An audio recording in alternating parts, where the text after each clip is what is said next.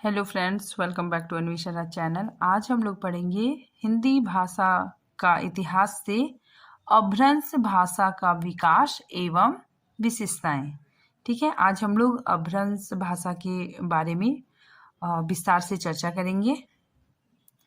अपभ्रंश का समय सीमा 500 ईस्वी से 1000 ईस्वी तक है। ठीक है, अपभ्रंश का शाब्दिक अर्थ बिगड़ा हुआ या गिरा हुआ होता है। ठीक है, मतलब अपभ्रंश शब्द का अर्थ होता है बिगड़ा हुआ या गिरा हुआ।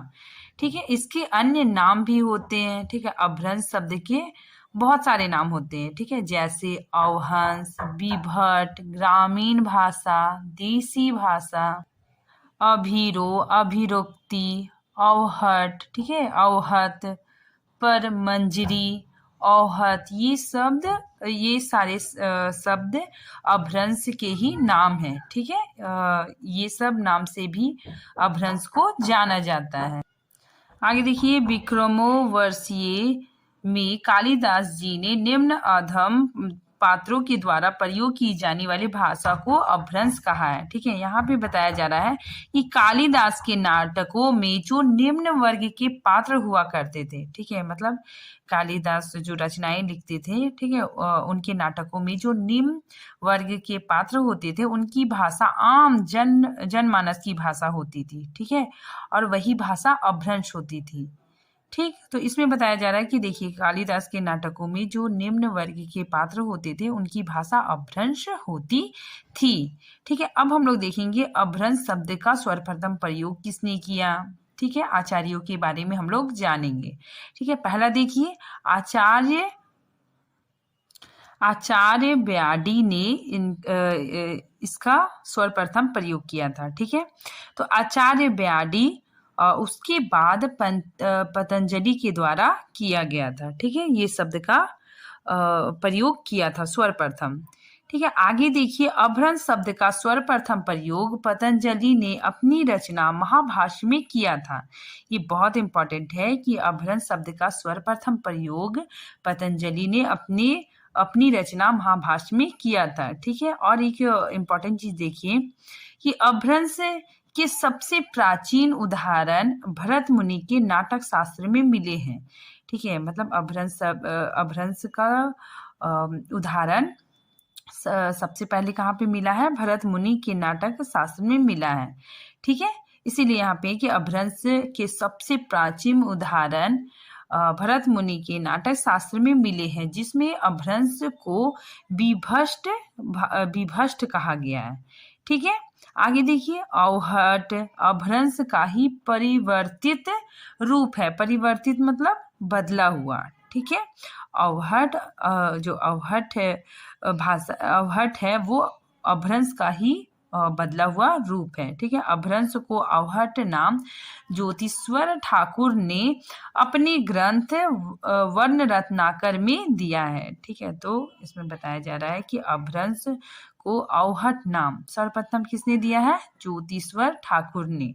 ठीक है, अपनी ग्रंथ वर्ण रत्नाकर में दिया है।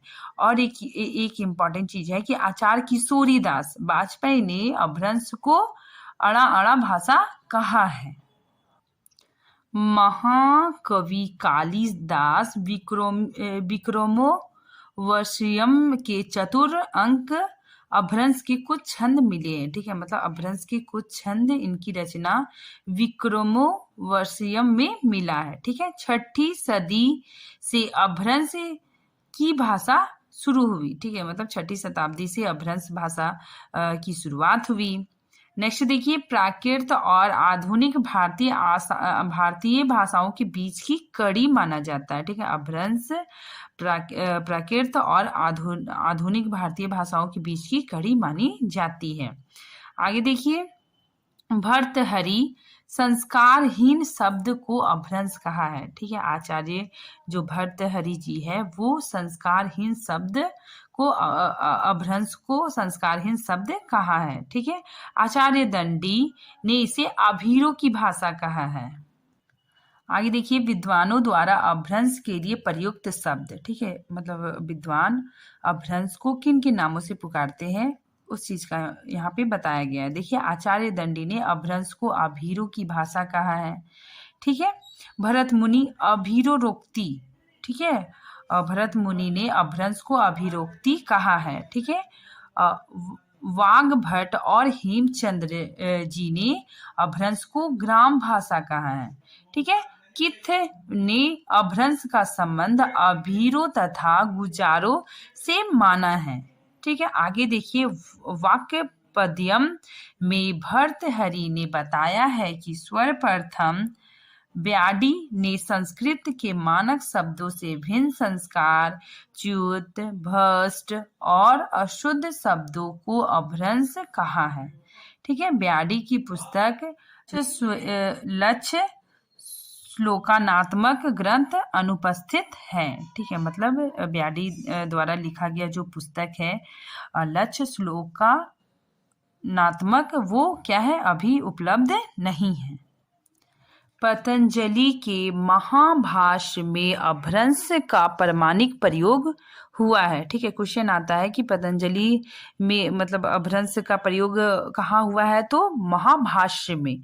ठीक है, पतंजलि ने अभ्रंश का प्रयोग अपशब्द के समानार्थक रूप से किया है। ठीक है, आगे देखिए, अभ्रंश मध्यकालीन और आधुनिक आर्य भाषाओं के बीच की कड़ी है।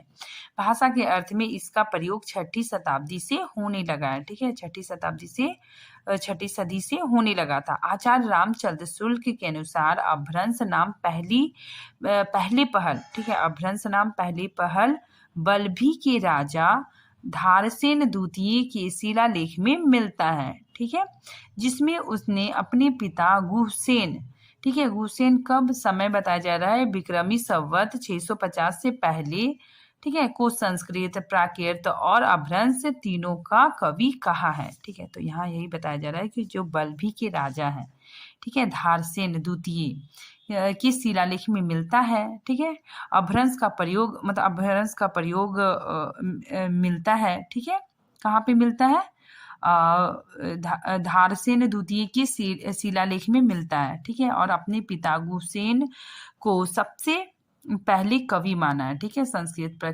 प्राकृत और अभ्रंश तीनों का कवि माना है। ठीक है, आगे देखिए, दामोदर पंडित ने उक्ति व्यक्ति प्रकरण, ये क्या है, उनका व्याकरण ग्रंथ है। ठीक है, में कौशल की भाषा को अपभ्रष्ट कहा है। ठीक, नेक्स्ट देखिए, धनपाल द्वारा रचित भविष्यत कहा अभ्रंश का प्रथम प्रबंध काव्य है। ठीक है, ये क्वेश्चन बहुत इंपॉर्टेंट है, यहाँ पे पूछा जाता है। तो धनपाल द्वारा रचित भविष्यत कहा, ठीक है, अभ्रंश का प्रथम प्रबंध काव्य है। डॉक्टर याकोबी ने इसका संपादन किया। ठीक है, आगे देखिए, डॉक्टर हरदेव बाहरी ने 7वीं से 11वीं सदी तक के समय को अभ्रंश का स्वर निकाल कहा है। ठीक, चंड, ये कौन थे, व्याकरणाचार्य थे। ठीक है, तो चंड ने सर्वप्रथम अभ्रंश का नाम उल्लेख किया।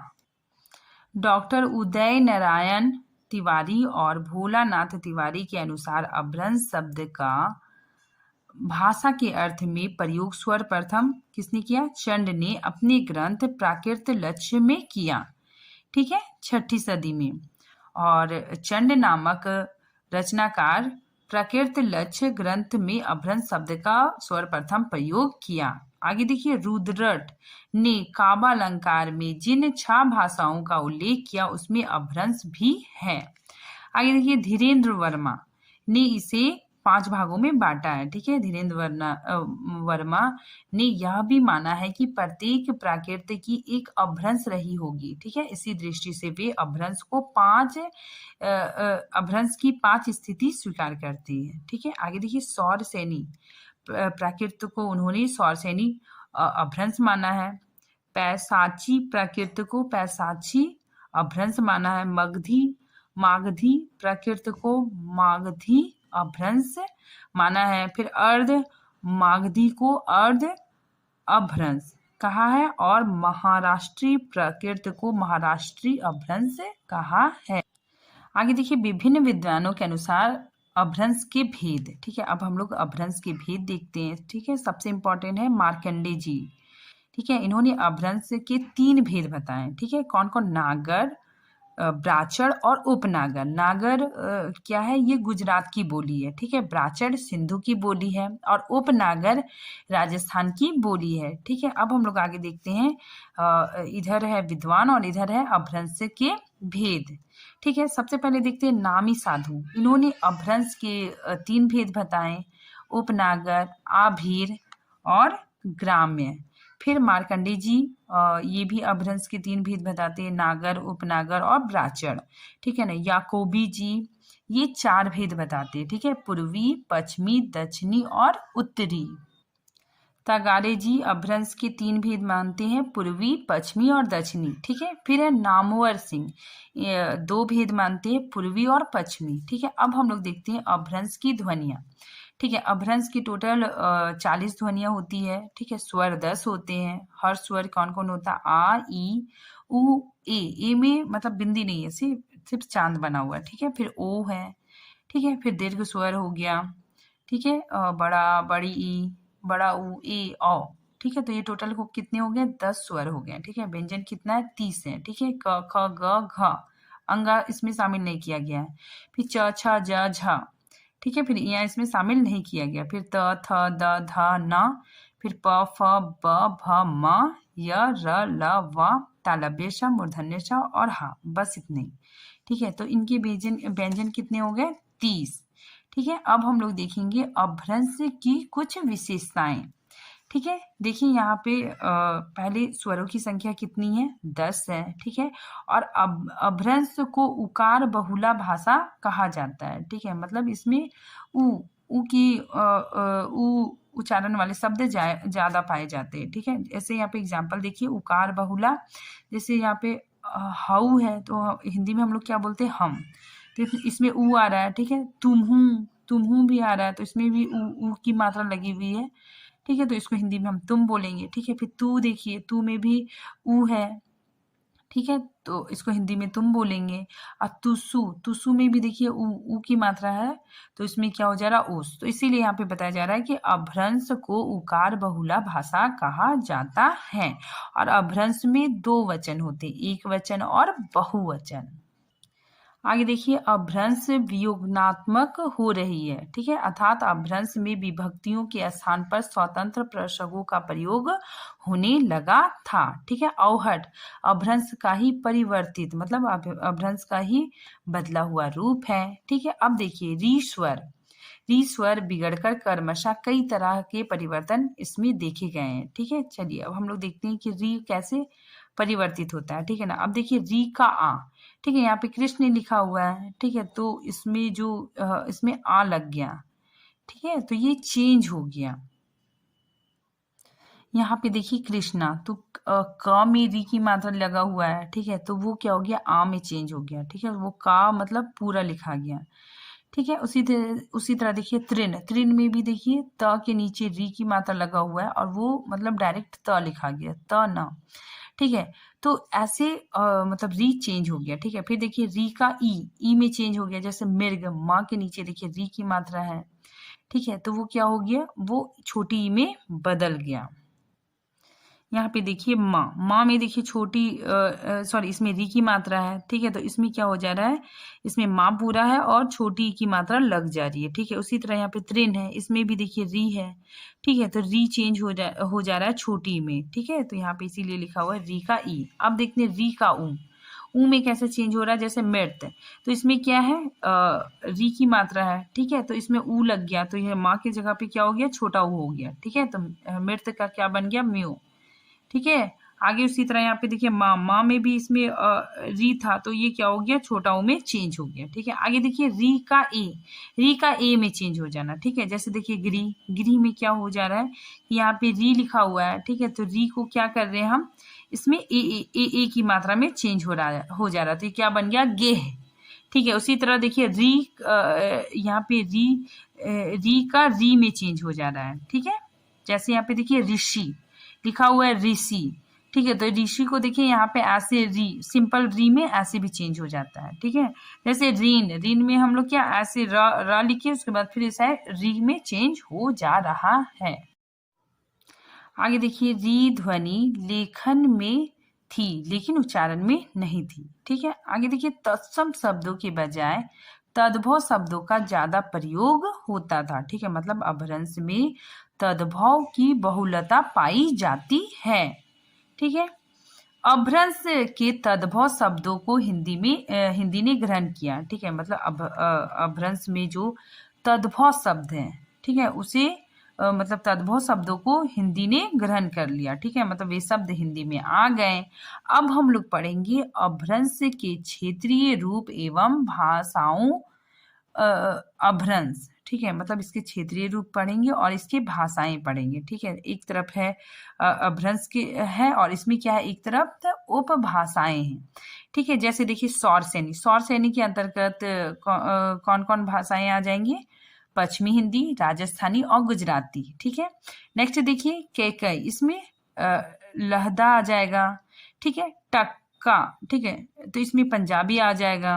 ब्राचड़, ब्राचड़ के अंतर्गत सिंधी आ गया। खश, खश के अंतर्गत पहाड़ी आ गया।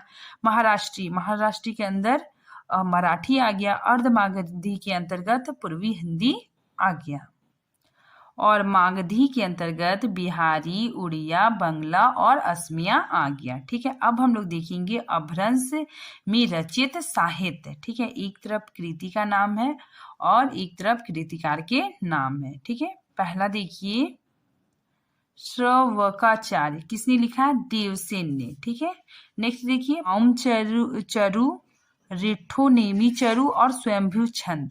ठीक है, तो ये रचनाएं कौन लिखे हैं, स्वयंभू ने। ठीक है, ये तीनों रचनाएं स्वयंभू ने लिखा है। ठीक है, आगे देखिए महापुराण जस हर चरु, ये किसने लिखा, पुष्पदंत ने।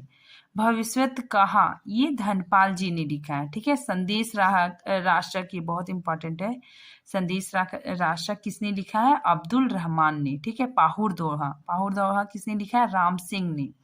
ठीक है, योग सार और परमात्मा प्रकाश किसने लिखा है, जोदयू ने लिखा है। नेक्स्ट है शब्दानुशासन, ये कौन लिखा है, हेमचंद जी ने लिखा है। ठीक है, कृति लता और कृति पताका, ये विद्यापति के बहुत प्रसिद्ध रचनाएं हैं। ठीक है, उपदेश रसायन रास किसने लिखा है, जिन दंत सूरी ने। राउल बेल किसने लिखा है, रोड़ा ने। और प्राकृत पैंगलम लक्ष्मीधर ने लिखा है। ठीक है, प्रबंध चिंतामणि मैरुतिंग ने लिखा है और प्रबंध व्याकरण हेमचंद ने लिखा है। ठीक है, देखिए स्वयंभू बहुत प्रसिद्ध है। ठीक है, इन्हीं अपभ्रंश का वाल्मीकि भी कहा जाता है। ठीक है, और इनकी रचना जो पाउम चरी है, इसमें राम जी के बारे में पूरा लिखा हुआ है। ठीक है, और अपभ्रंश के दूसरे कवि कौन है, पुष्पदत्त। ठीक है, बस इतना ही है। Thank you friends.